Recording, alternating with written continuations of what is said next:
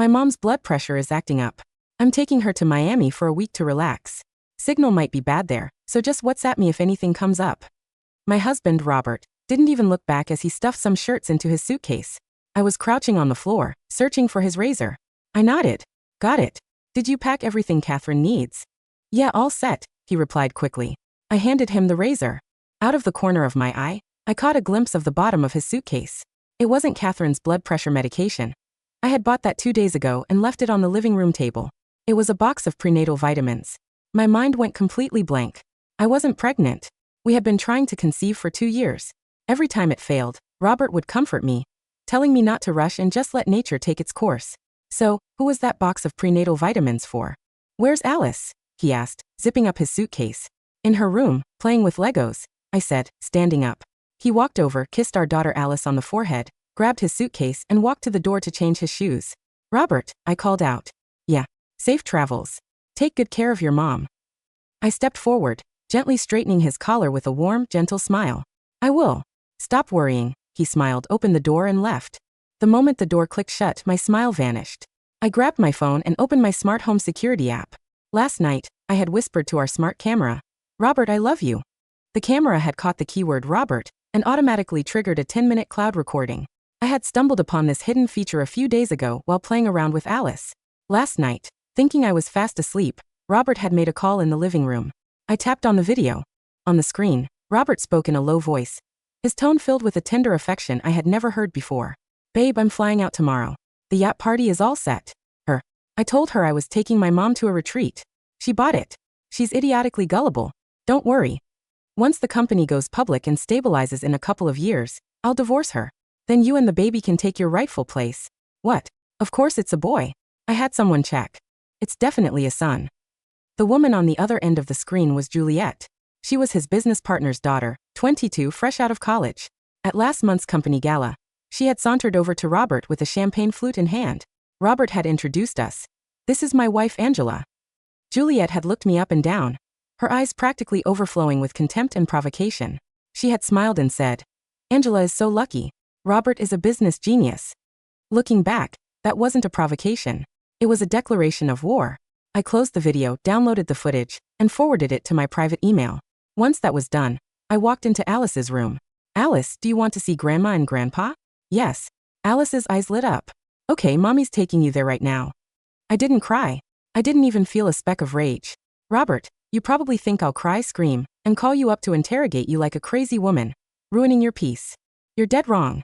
The storm you've brought upon me, I will return it to you 10 times worse. I'm not the one who's going to exit this stage. You are. On the way to my parents' house, I made 2 calls. The first was to Catherine. Catherine, it's Angela. Oh, Angela. What is it? Catherine's voice was lukewarm. Nothing much. Just wanted to check on you. How have you been feeling? Is your blood pressure any better? Same as usual. You know how it is. Oh, then get some rest. Robert said things are crazy at the office this week, so he won't be able to drop by. My tone was perfectly casual. He's busy? He just WhatsApped me this morning saying he was taking you to Miami for a trip. Catherine's voice spiked. I sneered inwardly. Bravo, Robert. Lying to both sides and too lazy to even coordinate the stories. Oh, maybe I misremembered. I said quietly and hung up. My second call was to my college mentor, Coleman, who is now a top forensic accountant. Hey, Coleman. It's Angela. Angela. Haha, you completely vanished after graduation. What made you think of me today? Coleman, I need a favor. I need you to audit a company's books. Futurecraft. The other end went silent for a moment. Futurecraft? Robert's company? Did something happen between you two? Coleman knew that Futurecraft's seed money had come from me. I had invested $50,000 of my own savings from 3 years of working, plus another $50,000 from my parents, $100,000 in total, to launch Robert's dream. Robert was registered as the legal owner, but I held a signed founder's equity agreement giving me 49% of the shares. But to protect his precious male ego, that agreement had never been made public or officially registered with the state. Yes, I uttered a single word. Understood. Coleman got it instantly. Send me everything you have. I'll get my team on it. Don't worry. If I don't strip his accounts down to the bone, my name isn't Coleman. Thank you, Coleman. I hung up.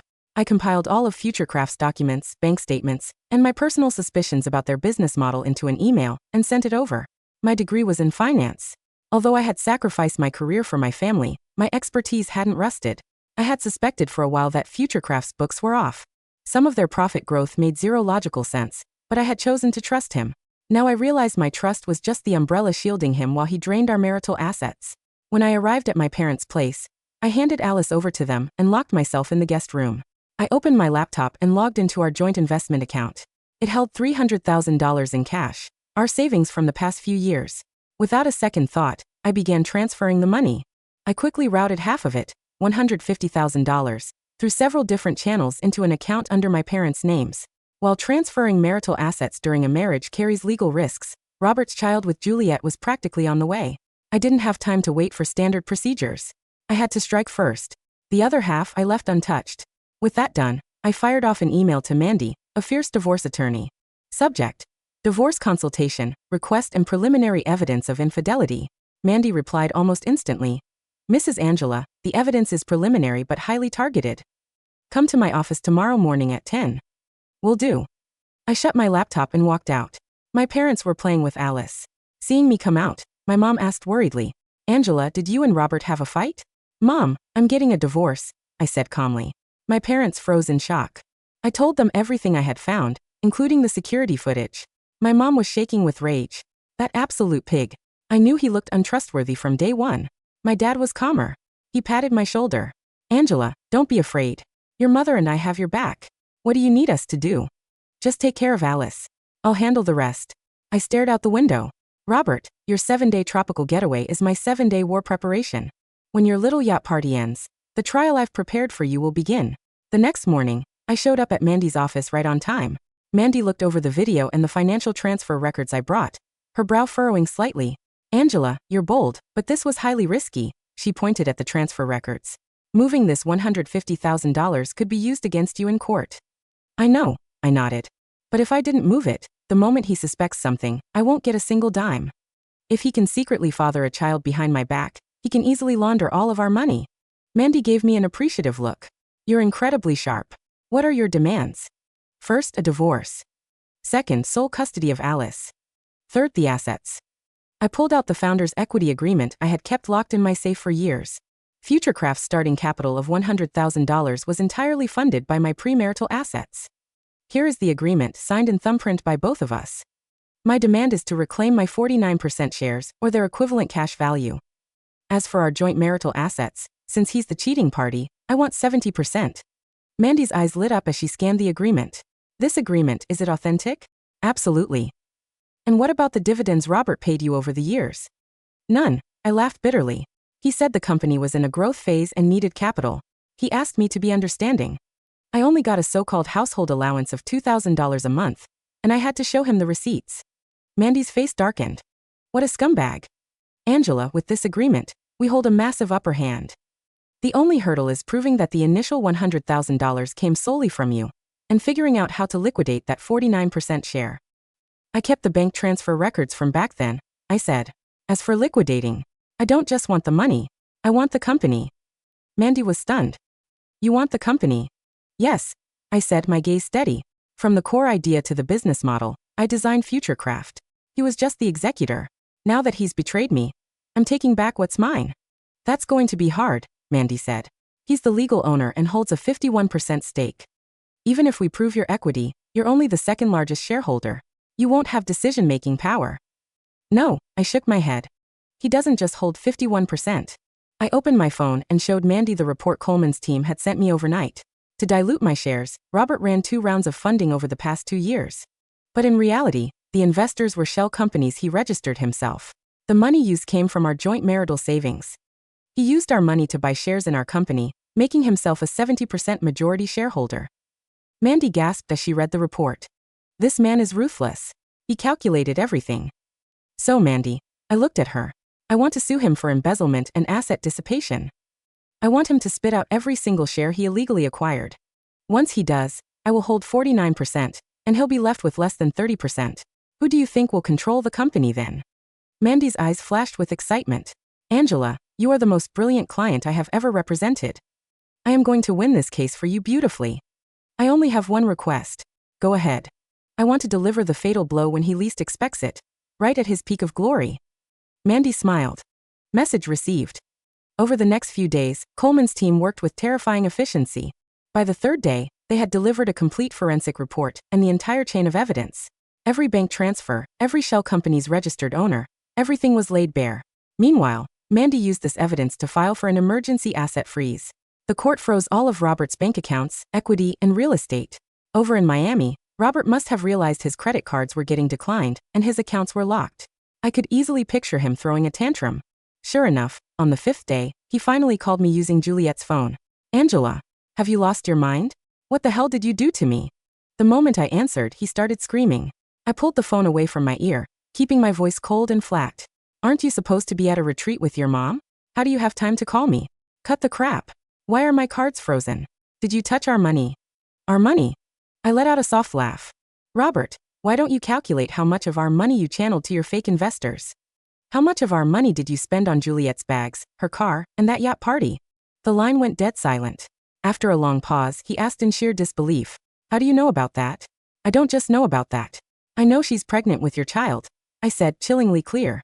"Robert, I'm giving you 1 week to drag yourself back from Miami and sign the divorce papers. You walk away empty-handed, and I'll pretend none of this happened. Otherwise, get ready for a court summons and an arrest warrant." With that, I hung up. I knew he would come back. Because Juliet's father, Scott, the business partner who treated Robert like a son-in-law, was also on the CC list of the forensic audit report. Right now, Robert was facing a triple threat: his love life, his career, and the law. And this was just the warm-up.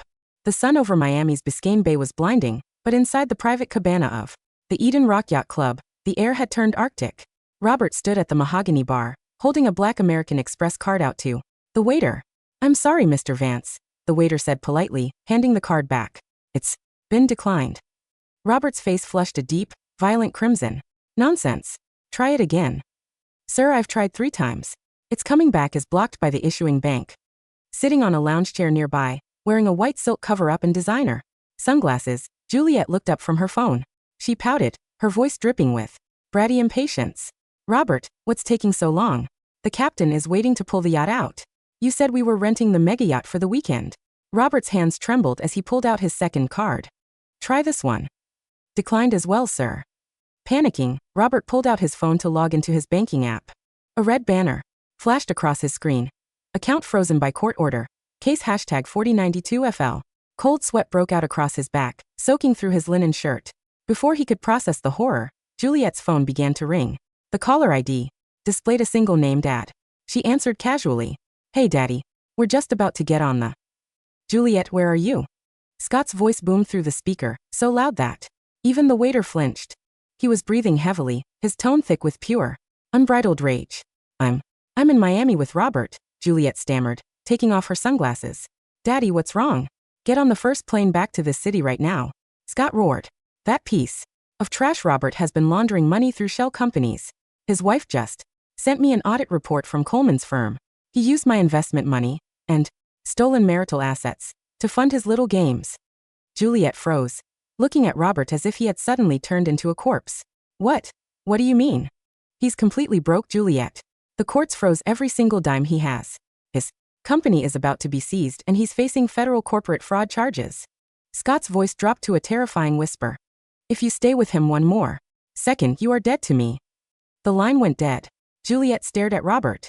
The tender, starry-eyed affection in her eyes vanished, instantly, replaced by a disgust so sharp it cut like a knife. "You lied to me," she hissed, standing up and grabbing her designer bag. "You told me you were worth millions. You told me your wife was a clueless idiot who didn't own a single thing." "Juliet, wait. Babe, listen to me." Robert grabbed her arm, his eyes wide with desperate panic. "It's just a temporary freeze. My wife is just throwing a tantrum. I can fix this. Don't touch me." Juliet slapped his hand away with a loud crack. "You broke. Pathetic loser. Stay away from me." She turned and stormed out of the club, leaving Robert standing alone under the blazing sun, holding 4 declined credit cards and a phone that was buzzing with an incoming email notification. It was a legal summons from my attorney, Mandy. 48 hours later, I was sitting in the executive conference room of my parents' private wealth management firm. Coleman sat to my left, reviewing the final financial binders. Mandy sat to my right, tapping her pen against a thick stack of court orders. The heavy glass doors flew open. Robert burst in. He looked ghastly. His linen suit was wrinkled and stained, his eyes were bloodshot, and he hadn't shaved in 2 days. He looked like a man who had been dragged through hell. "Angela," he screamed, marching toward the table. "You bitch. What did you do?" Coleman stood up, his towering 6'2" frame instantly blocking Robert's path. "Watch your mouth, Vance. You are in a private law office." Robert stopped, panting heavily, his fists clenched at his sides. He glared at me, his face twisting with arrogant rage. "Angela, cancel the asset freeze right now. Do you have any idea what you've done? You ruined my deal with Scott. You embarrassed me in front of Juliet." I didn't get up. I didn't even raise my voice. I took a slow, deliberate sip of my green tea, set the porcelain cup down, and looked at him. "You look tired, Robert," I said smoothly. "How was Miami?" "Stop playing games," he roared, slamming his hands onto the glass table. "So, what if I slept with Juliet? So what if she's pregnant? Men make mistakes. I was going to give you a generous settlement when we divorced in a few years. Anyway, but you went behind my back and hired accountants to audit my company." "Your company?" I let out a soft, amused laugh. I reached into my leather folder and pulled out a yellowed, faded document, sliding it across the polished glass table toward him. It was the founder's equity agreement from 5 years ago. "Read Clause 4, Robert," I said coldly. "The $100,000 seed capital for Futurecraft came entirely from my bank account and my parents' loan. In exchange, I hold 49% of the voting equity, non-dilutable without my express written consent." Robert's eyes darted across the paper. This is ancient. It was never registered with the state. It's invalid."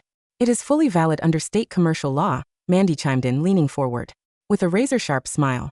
"And what is invalid, Mr. Vance, are the 2 fake funding rounds you orchestrated over the past 24 months. Mandy pulled out a second binder, tossing it right on top of his hands. "You created 3 shell companies, Apex LLC, Vanguard Tech, and Blue Sky Holdings. You transferred $450,000 out of your joint marital savings account with Angela, routed it through offshore accounts, and used it to buy new shares in Futurecraft, artificially diluting Angela's 49% down to 15% while raising yours to 70%. Robert went dead pale. His lips trembled, but no words came out. "That is a textbook definition of marital asset dissipation and corporate embezzlement," Coleman added smoothly. "The court signed an emergency order this morning voiding both funding rounds. The shell companies have been dissolved. Their shares have been stricken from the corporate registry." Robert stumbled back a step, grabbing the back of a leather chair to keep from falling. What does that mean?" I stood up, smoothing down the lapels of my tailored silk blazer. I looked him dead in the eye. "It means, Robert, that your fake 70% stake is gone," I said, every word dripping with absolute authority. "Without those fraudulent shares, the total equity of Futurecraft resets to its original structure. I hold 49%. You hold 51%. And since you used $450,000 of our joint marital money to commit a felony," I stepped closer to him, "the family court has granted me a temporary emergency injunction, transferring half of your remaining voting rights to me pending the final divorce settlement." I leaned in, whispering in his ear. "Right now, I control 74.5% of Futurecraft. You own less than 26%. And as the majority shareholder," I smiled sweetly, "I have called an emergency board of directors meeting for tomorrow morning at 9 a.m. The first item on the agenda is your immediate termination as CEO." At 8:50 a.m. the next day, the headquarters of Futurecraft was buzzing with frantic energy. Employees were whispering in small clusters near the water coolers. Word had leaked that the company's accounts were frozen, and the major investors were gathering in the main boardroom on the 12th floor. Robert sat at the head of the boardroom table, wearing his best navy suit, trying desperately to maintain an air of control. Beside him sat Scott, Juliet's father, who had agreed to attend only to oversee the total destruction of the man who had humiliated his daughter. "Robert, you have 5 minutes to explain why the bank accounts are locked," one of the angel investors demanded, slamming his notebook on the table. "If this company goes under before the IPO, we will sue you for every penny you own." "Calm down, everyone," Robert pleaded, sweating profusely, his hands palms up. "It's just a minor dispute with my soon-to-be ex-wife. She's acting out because I asked for a divorce. I am the founder of this company. I own 70% of the stock. I have complete control." Click. The heavy double doors of the boardroom swung open. I stepped into the room. I wasn't wearing the simple, modest clothes I used to wear when I was playing the dutiful housewife. I wore an emerald green silk blouse, a sharp charcoal pencil skirt, and 3-inch Christian Louboutin heels that clicked rhythmically against the hardwood floor. Behind me walked Mandy, Coleman, and 2 uniformed officers from the state Financial Crimes Division. The boardroom fell dead silent. Robert bolted up from his chair. Angela, who gave you permission to come in? Here, get out. This is a private corporate meeting. Actually, Robert, Scott's cold voice cut through the room as he stood up. I invited her. Scott looked at the other board members, holding out a thick stack of certified court documents. Gentlemen, as the lead investor of Futurecraft, I have just received a certified injunction from the state chancery court. Robert Vance's majority shareholding has been voided due to criminal embezzlement of marital assets. Gasps erupted around the table. As of 8 a.m. today, Scott continued, his eyes burning with cold fury as he stared at Robert. Angela Vance is the recognized majority shareholder of Futurecraft, controlling 74.5% of voting equity. That's a lie. She's lying. Robert screamed, turning to the other investors. She's just a housewife. She doesn't know anything about tech. She didn't build this company. I built it. I walked slowly to the head of the table, stopping right beside his chair. I looked down at him with an expression of quiet, impenetrable superiority. You built it, Robert? I asked smoothly. I pulled a black USB drive from my purse and plugged it into the boardroom's master projector. The massive wall screen flickered to life. File number 1. The original Futurecraft architecture blueprint, dated 6 years ago. I said, tapping my tablet. Authored and copyrighted by Angela Lin. File number 2. The proprietary algorithm source code. I swiped to the next page. Registered under my personal patent. File number 3. The financial growth strategy model. I looked at the investors, which Robert blindly executed while I sat at home organizing his dry cleaning. The investors stared at the screen, then looked at me in absolute shock. You designed the core system? The angel investor asked, his jaw practically dropping. I designed every single line of code, every revenue model, and every pitch deck this company ever used, I said, turning my gaze back to Robert, whose face was now entirely drained of blood. Robert was merely the charming salesman I put at the front desk because he begged me to let him feel like the man of the house. And now, I pulled out an official document and laid it on the table in front of him. As the majority owner of Futurecraft, I am officially exercising my right under Section 12 of the corporate bylaws.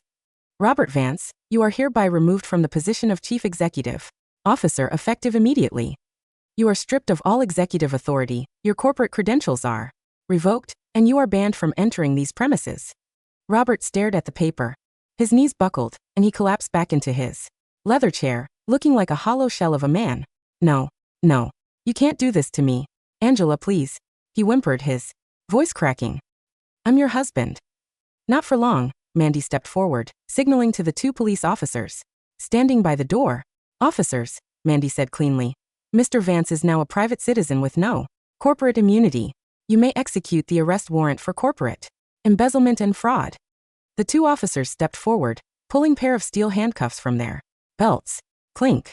The cold metal snapped around Robert's wrists right in front of his investors, his board, and his former father-in-law. Angela, I'm sorry. Please. Robert sobbed as the officers pulled him out of the chair, dragging him toward the door. I'll break up with Juliet. I'll give you everything.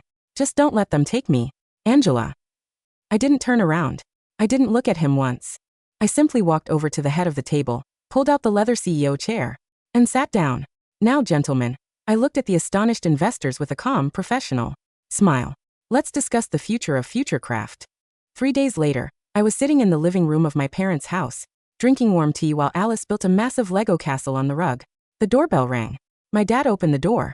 Standing on the porch was Catherine, Robert's mother. She looked frail and anxious, holding a plastic container of homemade cookies, her eyes red from crying. Angela, Catherine whispered, stepping into the foyer, her voice trembling. Can I talk to you for a minute? I set my teacup down. Hello, Catherine. Come in. Catherine walked into the living room, looking around nervously before sitting on the edge of the sofa. She looked at me, her eyes filled with desperate, tearful pleading. Angela, child. I heard what happened. Catherine wept, wiping her eyes with a tissue. Robert is in the county jail. They set his bail at $200,000. He called me crying, saying he has no money left. I looked at her quietly. He doesn't. His personal assets have been frozen by the court to cover the embezzled funds. Angela, I know he made a terrible mistake. Catherine grabbed my hand, her palms cold and sweating. He was foolish. That girl Juliet seduced him. But he's your husband. Alice's father. You can't let him go to prison. I slowly, gently pulled my hand out of her grip. Catherine, I said softly. Do you remember last week when Robert told you he was taking me on a trip to Miami? Catherine blinked, caught off guard. Yes, he called me and said. He didn't take me, I interrupted coldly. He took Juliet. He rented a yacht, using my daughter's college fund. And do you know what he told Juliet while they were drinking champagne? I pulled out my phone, played the audio file from the smart camera, and set it on the coffee table. Robert's voice echoed clearly through the quiet room. I told her I was taking my mom to a retreat. She bought it.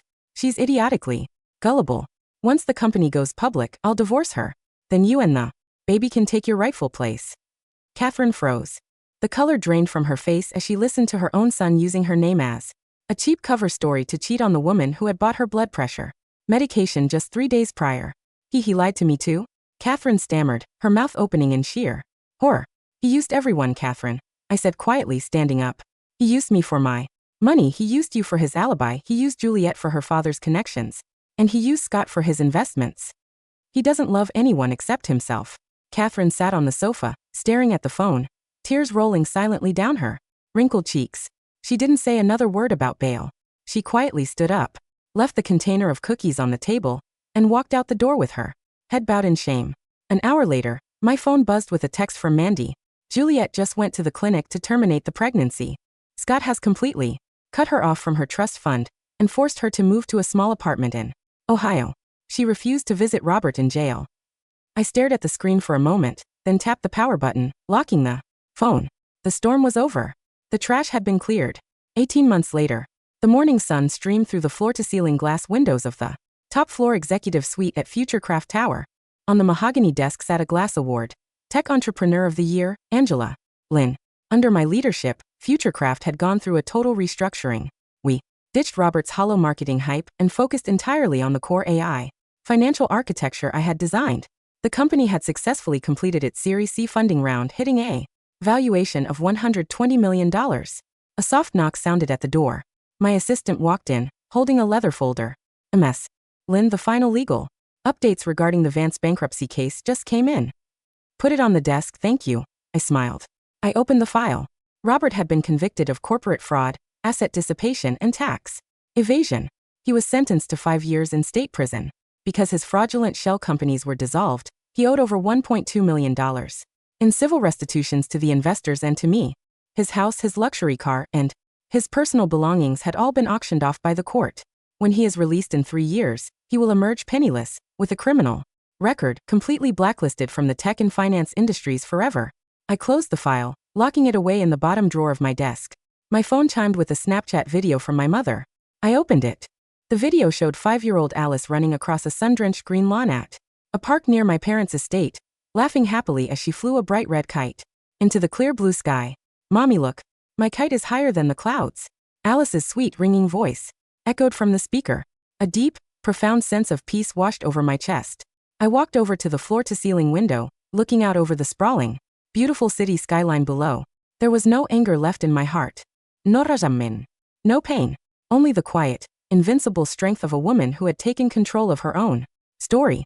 I took a sip of my warm coffee, smiled at the bright morning sun, and stepped boldly into the rest of my life.